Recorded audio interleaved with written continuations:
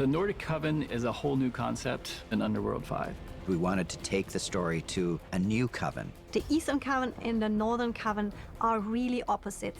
It was very interesting going back to a world where you've already explored, but reintroducing yourself to a whole bunch of new characters and a whole new concept. Follow me. These characters are so enticing, and it really transports you to another world.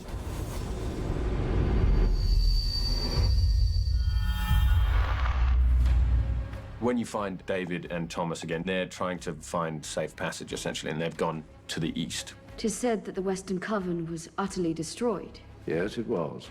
It's a blessing you escaped with your life. Well, many did not. Charles played a significant role in Underworld 4, and it's wonderful to have him back. When you watch the dailies or you watch scenes that he's in, you realize why he's been a leading man for 40 years. I think Thomas, he's a well-respected elder, father of David, a father figure in the coven, really. I lost so much during this war. And believe me, I am haunted still by all those I failed. And we learn a little about an episode in his past. You were very fond of Emilia, if I remember. You must go north, far north, Vardor. David is more the reluctant hero because he, as somebody who really usually turned his back to coven and responsibility in a way. Do you know who this is? Yes. But it was we who betrayed her, Father. David, he's a less traditional vampire. He doesn't believe in some of the old ways. Father and son united in treason. He's also a bit of a rebel, and through the film, he kind of discovers a little bit more about his origins and where he came from, and thus what he has to lose. His father sends him to the north, not only to find sanctuary for Celine, but as well to find answers. David. For David to realize suddenly that he is actually the son of an elder makes him the rightful heir to the Eastern Coven, which gives him the responsibility to protect and lead. Thomas knew that one day he would be beset by enemies on both sides, and he was right. I think the Northern Coven, and Vidar being the leader of them, just decided they want to live in a peaceful way. They want to remove themselves from the war. We come seeking sanctuary, not to fight. And you've come to the right place. I picture Vidar like a guy that once was a bit of a warrior, but now he has sort of retired to this kingdom of his, and he's living in peace with his daughter Lena and his people, the northern vampires, who are of the friendly sort. Our coven doesn't receive many guests by design.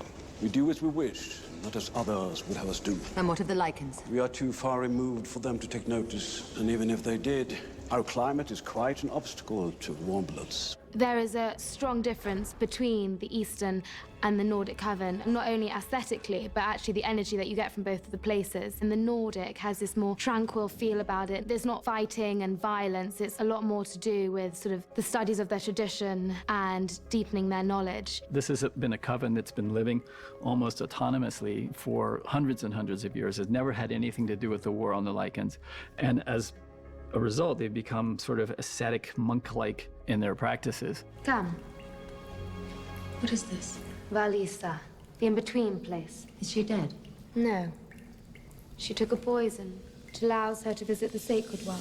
Lena is something like a seer, and this whole other world is kind of a bit of a mystery, and Lena tells us she's traveled back and forth. Lena, I think, has this ability to be actually quite connected to people and accepting, and I'm very fortunate in the sense that I get to really explore the spiritual elements, which touches some of the other characters as well along the way.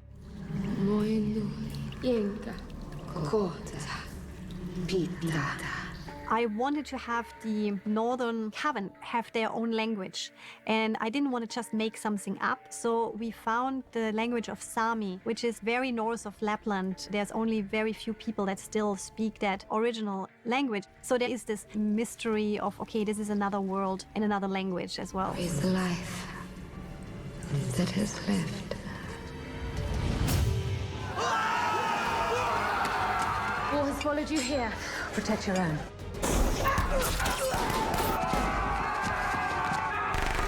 There seems to be an unlimited amount of mileage in anything to do with vampires. It just goes on and on and on, rather like the creatures themselves. It's nice to do a bit of swashbuckling, especially at my age, and it was great fun to do. I was 7 weeks out of drama school, and I had the audition.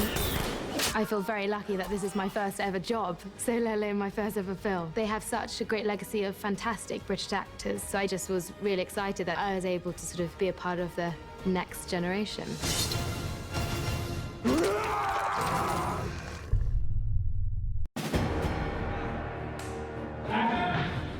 Lycans are not the superior breed that we vampires are. They're scruffy, and they make a lot of mess, and they have to be dealt with in short order. Lycans function really well as a pack, whereas vampires work well as solitary creatures. But ultimately, they're the same. They want to come out on top. It's survival of the fittest.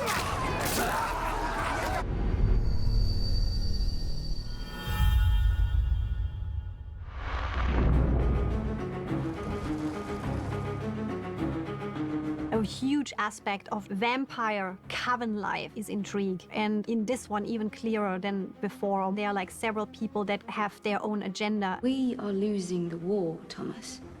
If we stay as we are, our species will be extinct within 5 years. The Eastern Coven is under threat, and we as a species need all the help that we can get. The Eastern Coven is perhaps a little bit arrogant in its ways. It's done a pretty good job of fending off Lycan attacks for however many years, and with that, I think, grows a certain level of hubris. No Lycan pack would dare to attack our coven. Our defenses would rip them apart. Cassius, he's the leader of the council, and James brought a gravitas to that, which was really fantastic. Cassius was of the old school, and as leader of the council, he's responsible not just for the history of the coven, but also for its discipline. And he feels that Selene in the past has transgressed too much to be allowed safe passage. You need Selene. Her prowess, her leadership, her intimate knowledge of Lycans. And her combat skills are second to none. He's right, she is the most lethal death dealer we've ever had. She killed one of her own. I acknowledge her skills, but I don't trust the woman. I don't think Cassius trusts any women, curiously. He's not keen on the daughters of Eve, Cassius. I will hold you, Samira, personally responsible for controlling her. Of course. Samira is just as dangerous, but subtler. Samira is a chameleon and has an endless thirst for power, depending on who she's around. She transforms and manipulates a situation to her advantage. She's like an incredible chess player. Do you honestly think I would forgive you for killing Victor? Anna just has the most extraordinary energy. Her eyes would always light up when she would talk about Samira, because she just knew how much fun we could have. That, my sweet yet unimaginative bedfellow, is my area of expertise. I think you should... Don't think, Farker, you'll hurt yourself.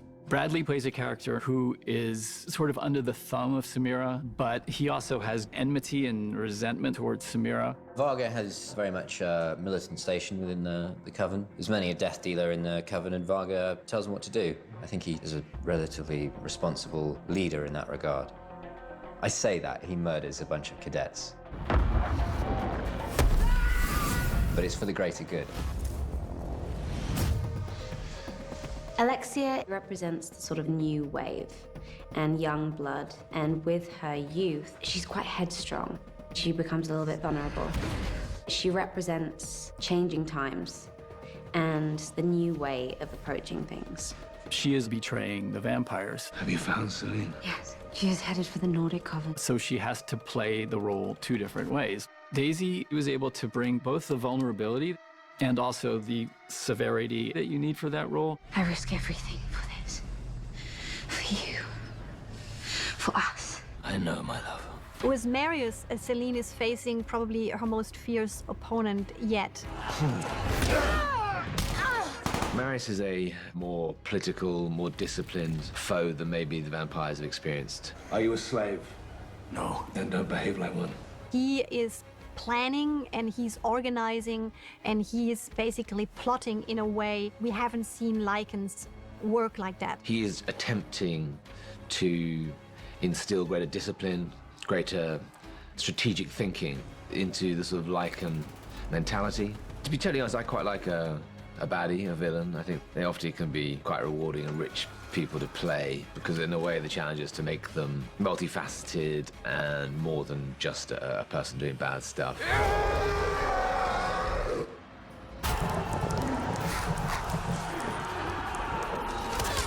Your leader is dead!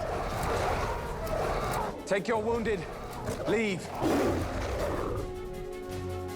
It's a delight to play a vampire, and a particularly difficult vampire. What is the meaning of this? Who is willing to bare his teeth and hiss at anybody. It's been fun, exhilarating, scary. There's a lot of new characters, a lot of younger actors. It's been wonderful to kind of come and join the family. You can feel Anna kind of pushing the bounds of that genre and trying to sort of reinvent it and make it something fresh. It's damn good entertainment, you know, and very, very stylish. I just think it's everyone's dress-up dream. There's swords, there's guns, there's a lot of leather and fangs. Long may it continue.